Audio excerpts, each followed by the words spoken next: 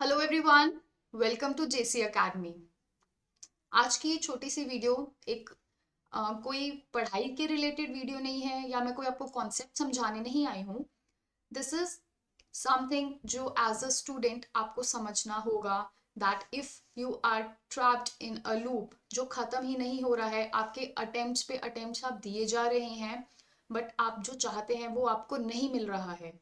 So the process of self analysis, realisation and acceptance, आज हम इनके ऊपर बात करने वाले हैं।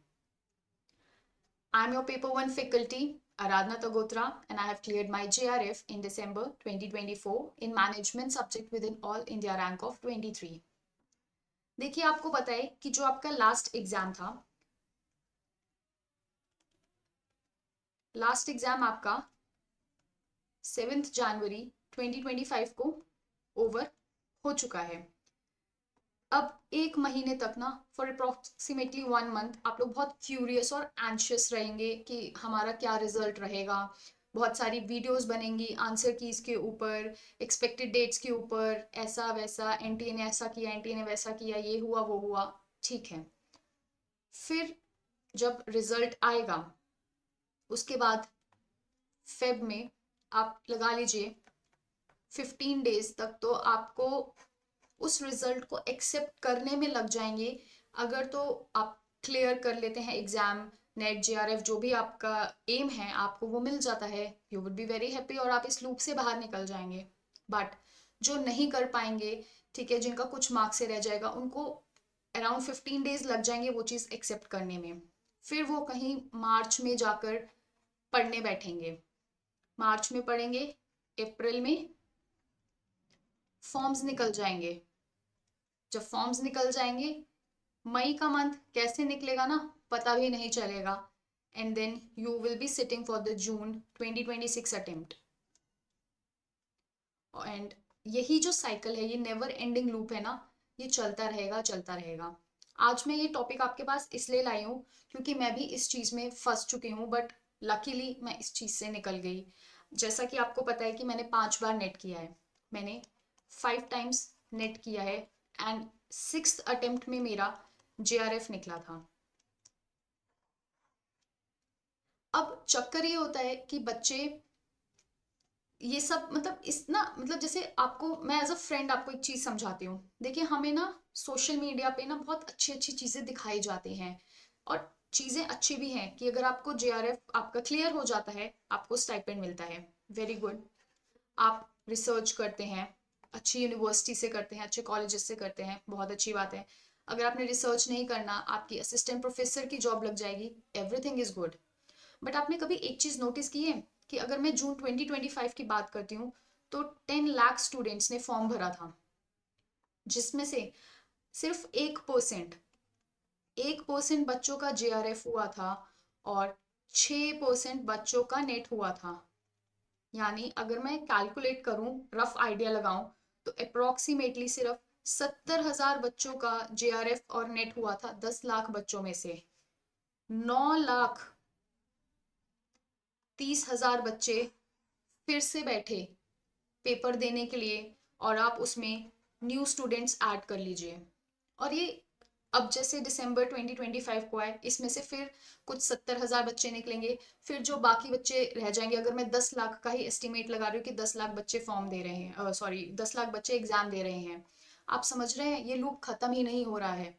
आप फॉर्म भरते हैं, आपके जो मंथ्स है ना, ये जो मैंने आपको बताया, मार्च, अप्रैल, मई, ये इसी में निकल जाता है।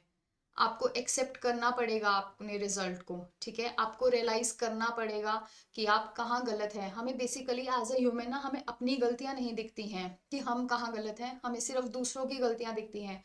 हम क्रिटिसाइज करने में ज्यादा बिलीव करते हैं। हम एनटीए को क्रिटिसाइज करते हैं, एनटीए ने पेपर गलत बनाया, एनटीए ने ऐसे किया, एनटीए ने वैसा किया। ठीक है, to some extent I agree कि जो एनटीए को पेपर जिस हिसाब से सेट करना चाहिए वो वैसे नहीं कर रहे हैं। बट हम हर बार दूसरों को क्यों क्रिटिसाइज करें? हम खुद में क्यों नहीं कमी देख रहे हैं कि हम क्या गलत कर रहे हैं? I am not here to demotivate you, I am just here कि बच्चे बहुत बार अटेम्प्ट देते हैं। मैंने भी कितनी बार अटेम्प्ट दिया, और फिर मेरा 6th अटेम्प्ट में जाके मेरा जेआरएफ हुआ। बट उन 5 अटेम्प्ट में मैंने क्या गलतियां की थी ना, मैंने मेरे को स्टार्टिंग में मुझे किसी ने गाइड नहीं किया था कि ऐसा होता है ऐसा होता है।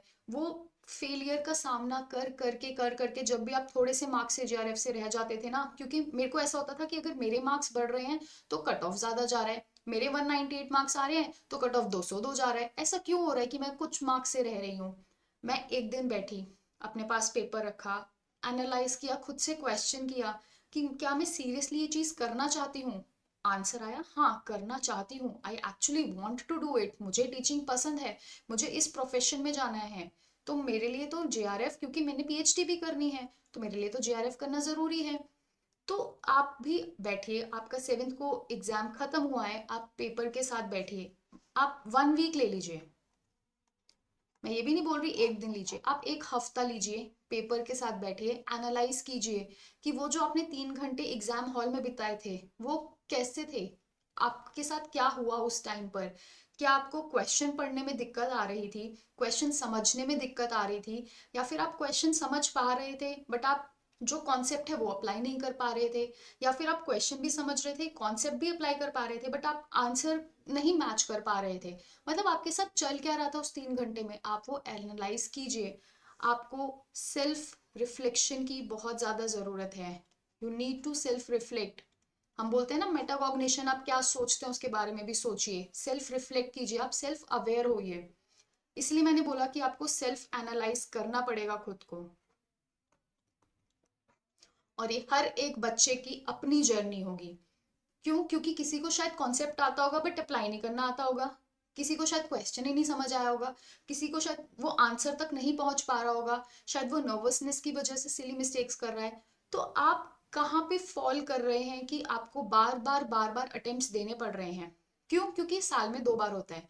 ठीक है, एक बच्चा, आई नो हिम और हर, आप जो भी बोल दीजिए, ठीक है, 12 बार नेट क्वालिफाइड, 12 बार, 12 times NET qualified, but JRF नहीं हुआ है। It is not a good thing. आपको अब चीजें, अगर आपको नहीं समझ आ रहा है ना, आप चीजें छोड़ दीजिए, आपको उस लूप से बाहर निकलना पड़ेगा। ठीक है, you don't, even I don't feel proud sometimes कि यार मैंने 5 बार नेट किया।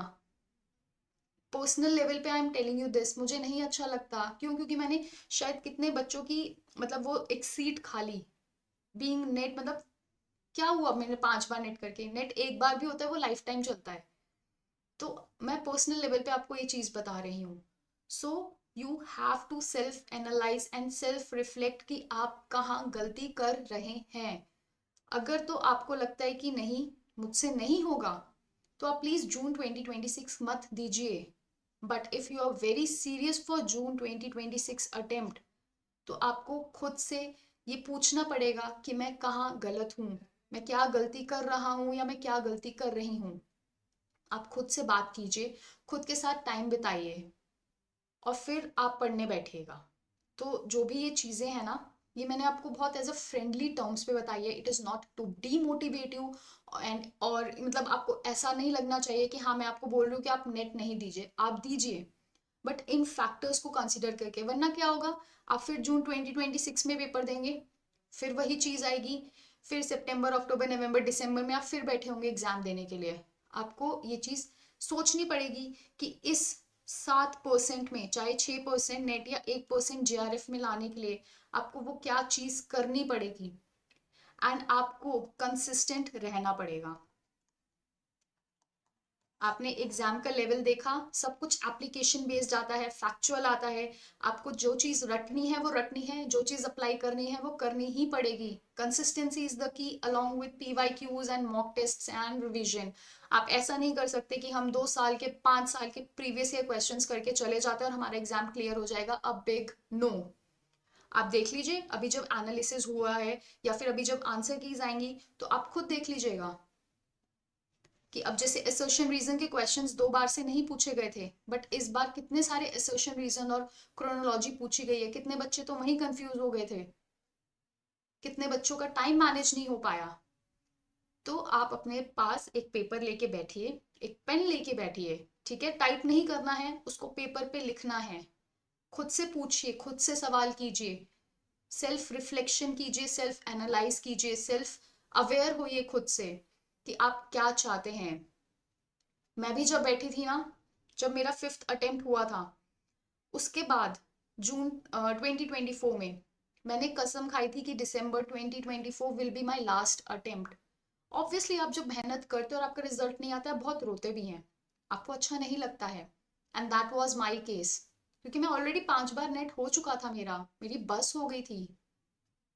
बट वो जो दिसंबर 2024 था, जब मैंने सोच लिया, ठान लिया था, और मैंने सीरियसली, मैं बोल रही हूँ, अगर मेरा जून 2024 में जेआरएफ नहीं निकलता, मैं शायद आगे एग्जाम नहीं देती, मैं वहीं पे फुल स्टॉप लगा देती और मैं बाहर आ जाती इस लूप से। मैंने अपनी जी जान लगा दी, और रिजल्ट आपके सामने है। मेरा दिसंबर 2024 में ऑल इंडिया रैंक 23 आया था। ये देख लीजिए, ये मैंने अपने स्कोर कार्ड का स्क्रीनशॉट लगाया है। ठीक है, मेरे 300 में से 226 मार्क्स आए थे, दैट इज 99.88 परसेंटाइल। तो बस मैं यही बोलूंगी कि मेहनत कीजिए, बहुत मेहनत कीजिए। आप मेहनत नहीं करेंगे ना, आपको शायद शॉर्टकट्स से, ट्रिक्स से ना शॉर्ट टर्म सक्सेस मिल जाएगा, बट एक लॉन्ग टर्म और स्टेबल सक्सेस के लिए आपको मेहनत करनी पड़ेगी। और वो मेहनत आपको लॉन्ग रन में बहुत बहुत बहुत ज़्यादा यूजफुल होगी, ट्रस्ट मी, ये मेरा पर्सनल एक्सपीरियंस है। इसी के साथ अब मैं आपका ज़्यादा टाइम नहीं लूँगी। बस मैं दोबारा से यही बोलूँगी कि आप सेल्फ एनालाइज कीजिएगा खुद को। ठीक है, और जो भी आप चाहते हैं या जो भी आपके दिमाग में चल रहा है, उसको मतलब एक पेपर पे लिखिए कि आप क्यों करना चाहते हैं या आपकी क्या गलतियां हैं। और प्लीज़ उन मिस्टेक्स को आप जून 2026 अटेम्प्ट में दोबारा रिपीट नहीं करेंगे। And this is the correct time, क्यों? क्योंकि आप एग्ज़ाम देकर आए हैं, आपको कहीं ना कहीं पता है कि आपका पेपर क्लियर होगा या नहीं होगा।